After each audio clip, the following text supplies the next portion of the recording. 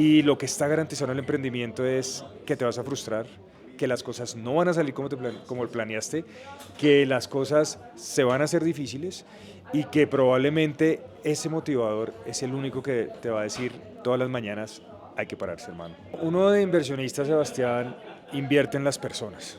Los negocios pueden salir bien, regular o mal, y eso es algo que va a depender de muchas variables.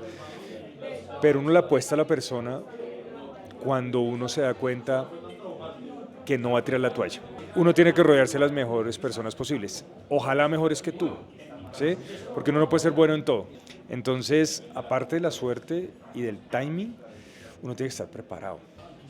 Arturo Calle siempre fue un empresario que me llamó mucho la atención, con un concepto del endeudamiento muy distinto al que normalmente uno oye. Es David Vélez de Claro, Nubank. Nubank. Es como, puta, ¿en qué momento un colombiano revolucionó un sector tan tradicional y tan rápido? La primera temporada fui muy conservador.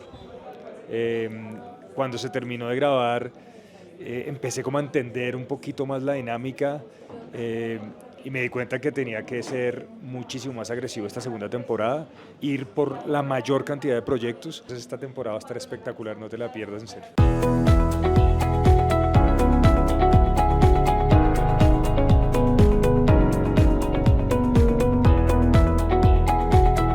C-Level. Negocios que importan. Líderes que inspiran. Comunidad C-Level, nos encontramos con Álvaro Rodríguez. Álvaro, justamente vamos a empezar una nueva temporada en Shark Tank. Quiero saber cómo estás. ¿Estás preparado para todo este nuevo nivel de empresarios, de ambiente, como todo eso que se cosecha dentro de los emprendimientos? ¿Qué más, Sebastián? ¿Cómo te va? Muchas gracias por la invitación. Sí, la verdad es que es mi segunda temporada en Shark Tank. Estoy súper contento. Pudimos ver unos emprendedores espectaculares con un nivel de preparación increíble, con un hambre de comerse el mundo, de creerse capaces. Y eso es súper emocionante. Entonces esta temporada va a estar espectacular, no te la pierdas en serio. Bueno, acá entre cosillas que se cosecharon, amante del vallenato, de las buenas historias, y una de las cosas que más me llamó la atención es el dinamismo de Shark Tank. Tú mencionaste, bueno, he aprendido cosas y los que toman decisiones siempre están realmente mirando eso. ¿Qué pasó? ¿Cómo pasó? ¿Y cómo puedo mejorar? Cuéntanos qué viste en anteriores temporadas, que esta temporada tú dices lo voy a hacer diferente. Bueno, te voy a hablar en mi caso. La primera temporada fui muy conservador. Eh, Cuando se terminó de grabar, empecé como a entender un poquito más la dinámica eh, y me di cuenta que tenía que ser muchísimo más agresivo esta segunda temporada, ir por la mayor cantidad de proyectos. La primera temporada me guardé mucho, quise ser muy cuidadoso con el capital que tenía presupuestado a invertir. Esta temporada me volé el presupuesto, me luché en los proyectos que más pude y creo que eso es lo que cambió un poco entre una temporada y otra. Aprendí que hay que luchar por esos emprendedores, que vale la pena sentarse después con ellos, mirar, hacer la evaluación de la empresa y ojalá poder cerrar sus negocios. Hay una frase que me llamó mucho la atención cuando tú estabas hablando y es, hay que recordarse todo el tiempo lo que uno está haciendo, por qué uno lo hace, por qué es tan importante para un emprendedor y sobre todo para llamar el capital, que bueno, este negocio puede ser llamativo, porque es importante recordarse el propósito y la meta todos los días. Porque mire, uno de inversionista, Sebastián, invierte en las personas. Los negocios pueden salir bien, regular o mal, y eso es algo que va a depender de muchas variables. Pero uno le apuesta a la persona cuando uno se da cuenta que no va a tirar la toalla, ¿sí? Que esa persona está jugada con el proyecto. Y si esa persona está jugada con el proyecto, pues la probabilidad de que uno gane plata o que salga adelante en el proyecto que uno invierte, pues es muchísimo más alta. Entonces, la clave para eso es tener las motivaciones de fondo detrás del negocio. Y por eso te digo, siempre uno tiene que acordarse por qué está emprendiendo, qué fue lo que lo motivó a emprender, porque son esas cosas las que no te dejan tirar la toalla. Y lo que está garantizado en el emprendimiento es que te vas a frustrar, que las cosas no van a salir como planeaste, que las cosas se van a hacer difíciles y que probablemente ese motivador es el único que te va a decir todas las mañanas hay que pararse, hermano. vamos para adelante. Tú decías 1 año de bonanza, 3 años de estar pedaleando todo el tiempo en un emprendimiento. Eso me lleva a preguntarte, ¿emprender es un estilo de vida? Mucha gente cree que emprender es un estilo de vida. Yo no, honestamente, no creo que emprender sea un estilo de vida. Un estilo de vida no lo puede definir de muchas formas, pero para mí el emprendimiento tiene una sola definición y es responsabilidad. ¿Sí? Cuando uno entiende el impacto que genera el emprendimiento, sobre todo en nuestra región, en América Latina, cómo las pequeñas y microempresas impactan en el empleo en la región, uno se da cuenta que emprender es una responsabilidad. Y cuando uno se siente responsable así, sabe que no puede soltar la toalla, que hay que seguir emprendiendo, que si se falló en el primer intento, hay que hacer un segundo y un tercero. Porque al final del día te das cuenta que tu responsabilidad en este mundo es eso, generar impacto.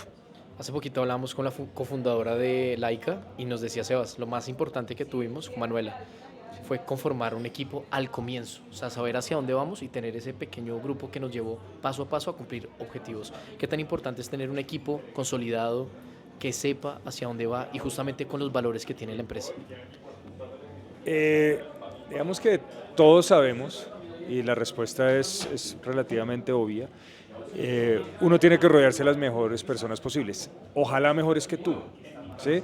Porque uno no puede ser bueno en todo, uno tiene que tener personas mejores que uno en las diferentes áreas en las que se desenvuelve un emprendimiento, ¿cierto? Ahora, al principio no es tan fácil, porque uno no tiene el capital, uno no tiene como el tamaño como para convencerse a alguien de traerlo, decirle te doy acciones, ven, tenés una base, es difícil.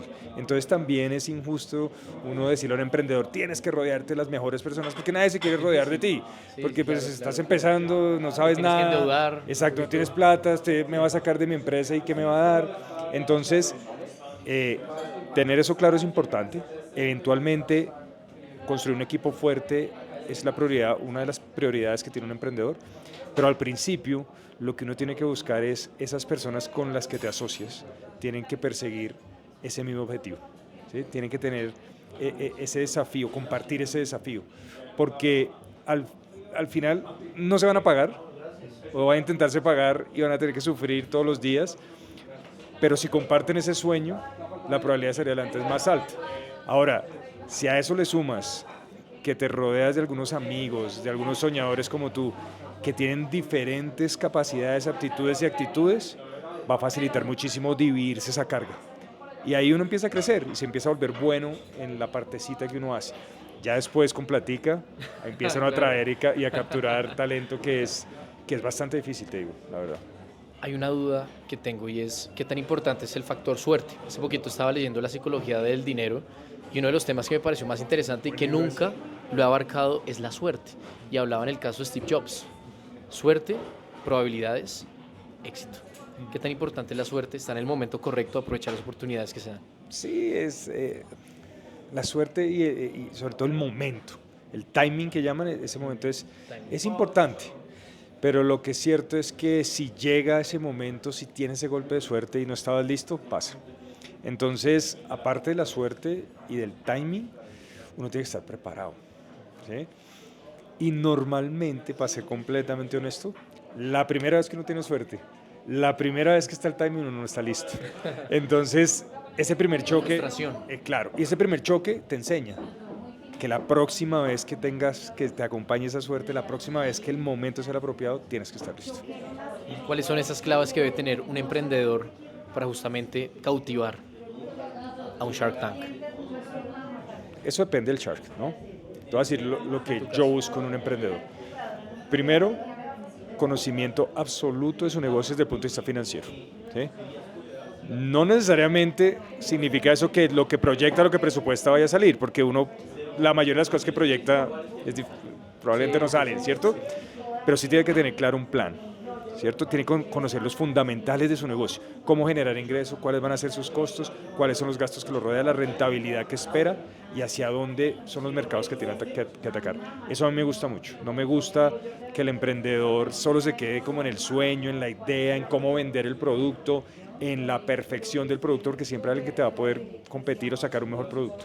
Pero si tú eres juicioso desde el punto de vista de los fundamentales del negocio, los tienes claros, consigues rentabilidad desde el principio, los inversionistas van a llegar a buscarte, no los tienes que buscar tú.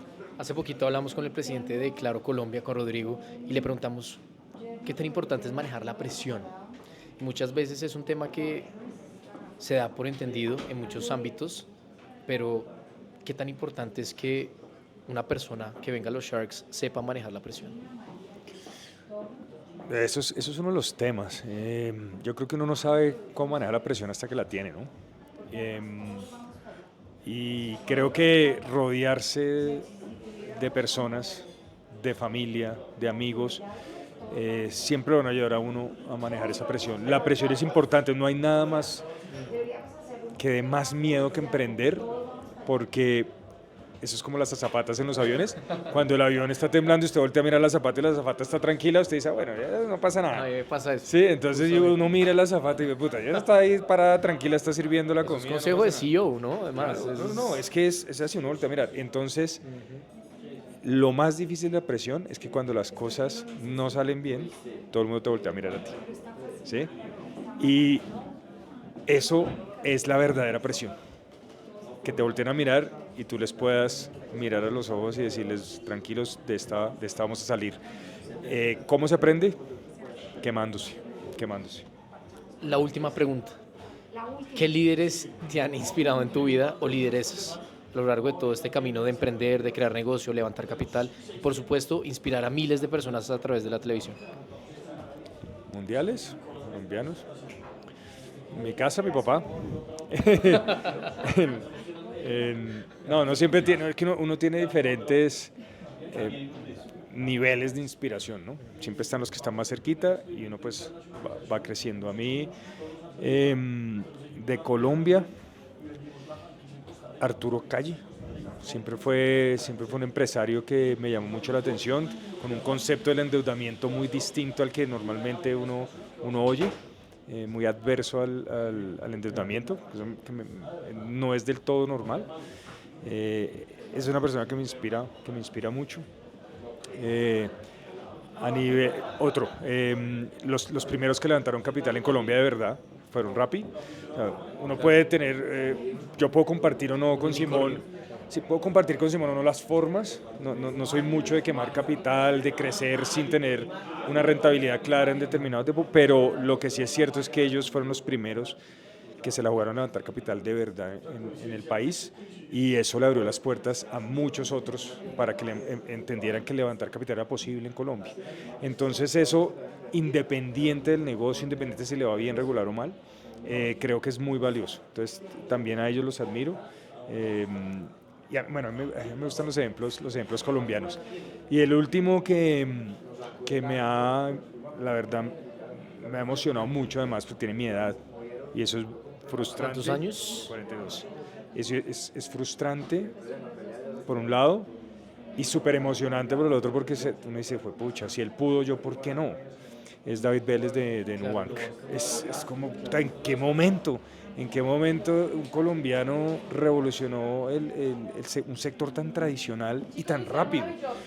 Capturó un mercado como Brasil, que es tan complejo para los latinoamericanos.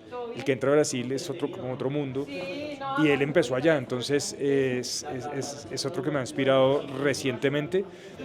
Además, porque uno dice, oiga, ese tiene mi edad y yo cómo no voy a trabajar como él, cómo no voy a crecer, cómo no voy a buscar oportunidades. Entonces me han inspirado muchos 3 casos colombianos y me gusta quedarme aquí en Colombia. De hecho, una pequeña cuña, tuvimos a Cristina Fonqueira justamente en Revista C-Level, y algo que nos mencionaba es, para finalizar, la importancia de la personalización y del inglés. KPMG Tech Report 2022, 2023, 2023, 2024 habla sobre la importancia de aprender inglés como segundo idioma. ¿Qué tan importante es eso para atraer inversión? Creo que es importante comunicarse, comunicar tu idea, comunicar tu proyecto, explicarlo.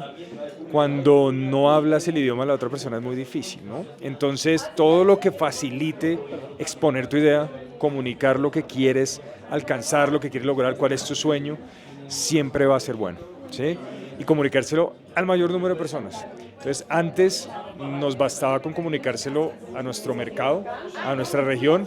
Hoy no basta, hoy los emprendedores tienen que intentar comerse los mercados, no solamente americanos, latinoamericanos, sino mundiales, y la comunicación es clave. Entonces, inglés, francés, chino, mandarín. Entonces, los que más puedas, porque al final del día eso va a facilitar mostrarle a las personas que estás buscando a través de tu empresa. No nos vamos a despedir en otro idioma, pero muchísimas gracias por estar en Revista C-Level Shark Tank. Sebastián, muchísimas gracias, y es muy importante que apoyen estos espacios, ¿no? Aquí hay mucha gente que está moviendo el país de a poquitos, 2, 3, 4, 5 empleados. Eso es muy importante porque es la base de la economía regional. Programas que son entretenimiento, pero que dejan grandes enseñanzas, lecciones para la vida. Muchas gracias.